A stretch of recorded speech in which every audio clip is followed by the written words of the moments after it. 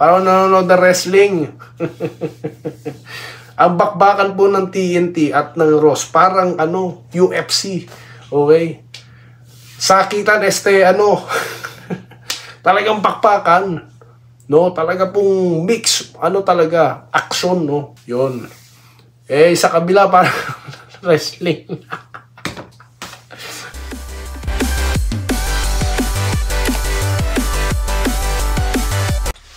Yo, what's up guys? Welcome back. Dito po si Dan Riga at Doy TV Sports. Well, ang ating pag-uusapan guys ay ito po, ang bakbakang Barangay Ginebra at San Miguel. Ganon din po itong Rain or Shine at TNT. Nako, magkakatapusan na po ba ng serye mamaya? Yan pong ating pag-uusapan at mga pa-shoutout. Okay, bago po yan, magpapasalamat po na si Doy TV sa mga solid subscribers ng channel na ito at sa mga followers po ng Facebook.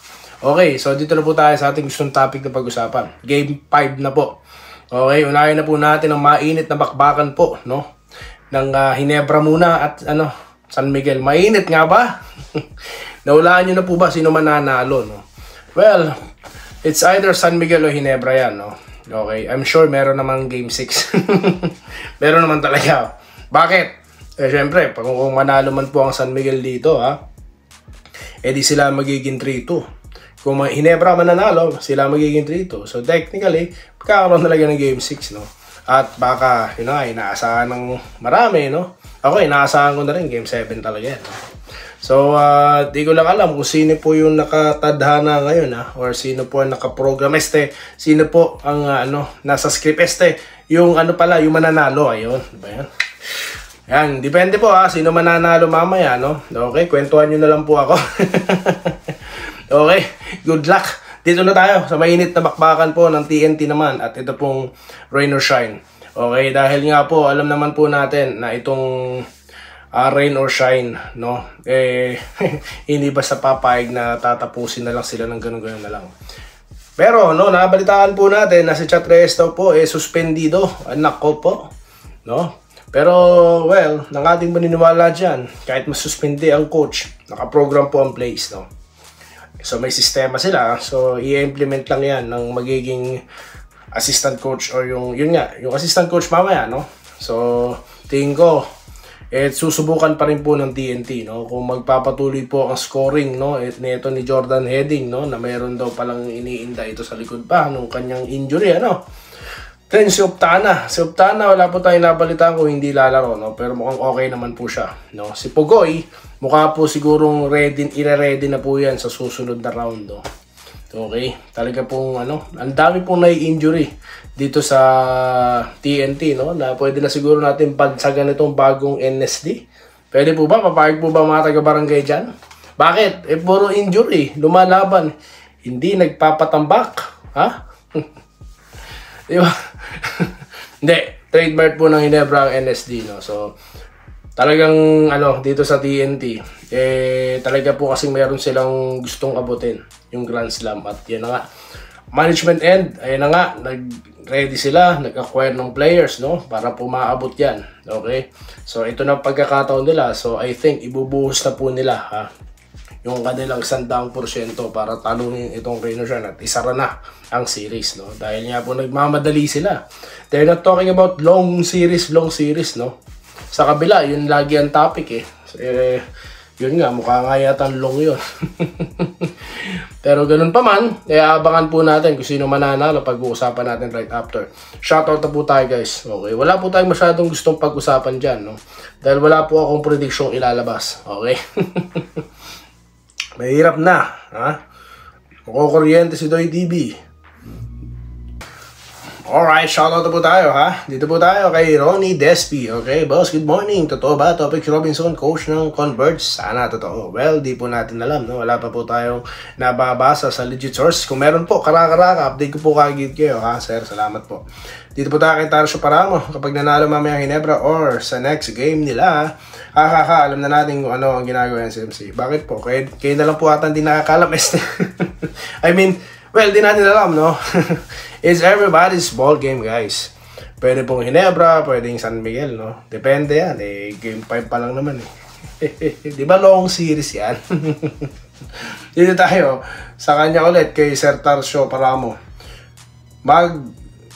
champion talaga ang TNT dahil mga agresibo ang galawan nila at seryoso sila sa laro. Okay.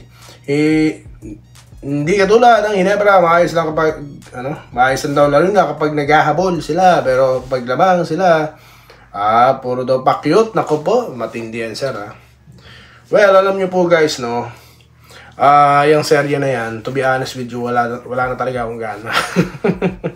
No, ginanahan ako nung game 3 kaso lala mukhang magaling ang director este, mukhang wala lang, di ako nagandahan kasi bro mo ang lakas-lakas na tinambakan na ng all-star pagkatapos sa perma si Messi through free agency, di ba? Pinaperma din si Holt, si paano na to? Si Troy Rosario. Okay? Main man po yan ng Blackwater at ng TNT dati. Okay. Si Aguilar, no, yung Batman daw natin ngayon, no. Okay pa rin naman maglaro, di ba? May Malonzo. Meron kang Korean Rookie of the Year, okay? Tapos meron ka pang Rookie of the Year, no? Tapos meron ka pang 50 greatest player. Oh. Tapos tambak naman, no? Pero ang TNT, tignan nyo naman, may matanda sila pero lumalaban, na-injury na nga. Okay, may Galinato na dumadakdak. O sino pa? Sino pa? Sa TNT. Yan si BGR, okay? So yan talaga ang mga gustong manalo, no. Sistema, then talagang hindi sila magpapatambak. Ipapanalo talaga yung laban. Yan talagang exciting series po talaga, no. Okay, Rosemary Aquino, samantala naghahabol ang Jay, nakalain mo, wala si Japet, Holt, RJ, hindi maganda talaga pag yan, dalawang team na yan. Rosemary Aquino, bakit matatalo? Pinagpapasok puro ewan ang mga pinasok player. Kasi naman po kasi, kung ma-injury pa, no, talagang ipapasok na lang yan. Ganun po talaga, no. Nasa sa inyo na lang po yan, kayong mga fans, no. Jose Pineda, good evening po, Idol Doy. Parang may something po talaga. Kakainis ang laban. O, tignan nyo, Meryl Bioso, ang dami pong nagsasabi rito na ganyan na. So, di ba? Ako naman, ayoko nang pag-usapan kaso ang dami yung comment yan, Doy. Napagsasalitan nyo ako. Babawi yan, Idol. Friday, Rose at exciting pa rin ba kayo, sir? Dito lang taso. To be honest, Hindi ko talaga mapigilan, no? Ganyan siguro talaga pagka totoo tayo, no? Pasensya na po, pero ako, hindi na po ako, para ako nanonood ng WWF dyan.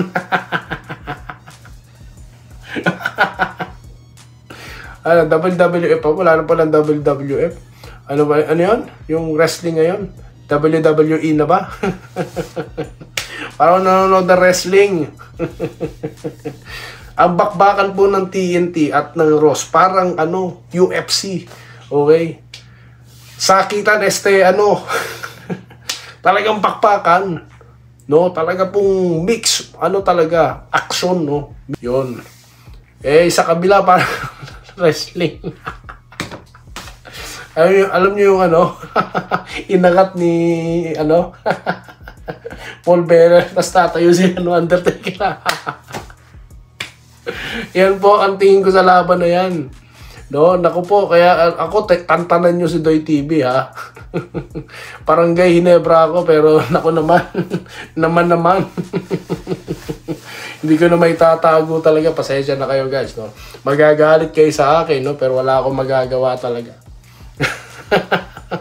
Tignan nyo, shout out to Tas. Tignan nyo, hindi ko na tuloy nabasa sila Ma'am Irene Kilia, sila Sir Joseph Pineda, no, sila Sir Chevron TV.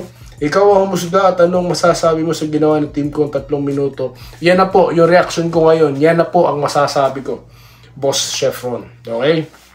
Sino pa ba? Sila Wenceslao Hapon, Vincent Nava, Ramil Gonzaga, okay? Attorney Willie Badahay, Wilfredo Bautista, okay? Sir Asani Senior, nanonood, no? Ganun din po dito kay Sir Carlito Protasio, okay? Sino pa ba? Ang mga excited pa dyan. Eduardo Prasdilla, okay, shoutout po. Francis Gamer, Wenceslao Hapon, Blue Cat. Okay, buti ka pa, Blue Cat. Nanonood ka ng UFC ngayon. So yun lang po muna guys, no, ang ating usapan, no. Mamaya na lang tayo, no, after ng show, after po ng laro, no, ng Ginebra at ng San Miguel. At ito naman pong TNT, UFC battle nila, mala UFC. Dito lamang po sa Doy Intriga at Doy TV Sports. Usapan ulit tayo, huntahan dito lamang. Maraming salamat po ha, at magandang araw po at magandang hapon na rin dyan sa Pilipinas. Salamat po sa inyo lahat. Salamat po sa panonood. Subscribe na para sa mga susunod na basketball at boxing videos.